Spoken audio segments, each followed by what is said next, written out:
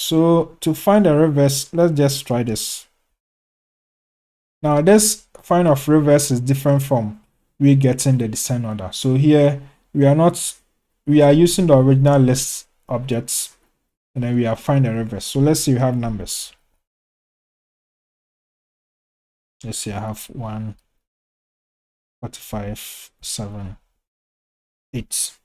So if I want to find the reverse of this list, so that means I want what 8, 7, 45, 1. You can do it this way. You can say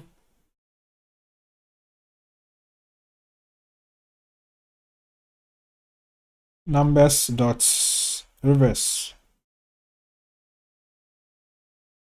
So I have numbers. Okay, but if I do it this way, the original list objects is modified. So if you don't want the original list object to be modified, then you can do this. You can say numbers, bring your square brackets, bring 2 colons, -1. So this will return the reverse for you, but you will still have your original values or original list object intact. So this is how we find a reverse. But if you want to sort and then find a reverse, then you can use this other functions here. So this is how we find a reverse of a list. Okay, let's continue.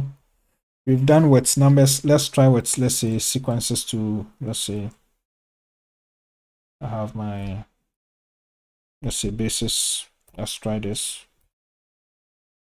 A, T, B, C.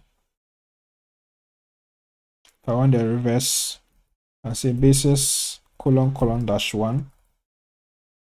If I want to modify the original one, basis dot sort, and then I say basis. So this will give me the reverse.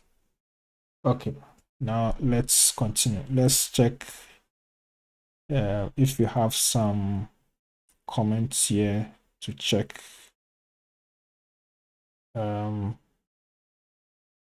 Let's see. Okay, I don't think we have any comments now, so we can continue.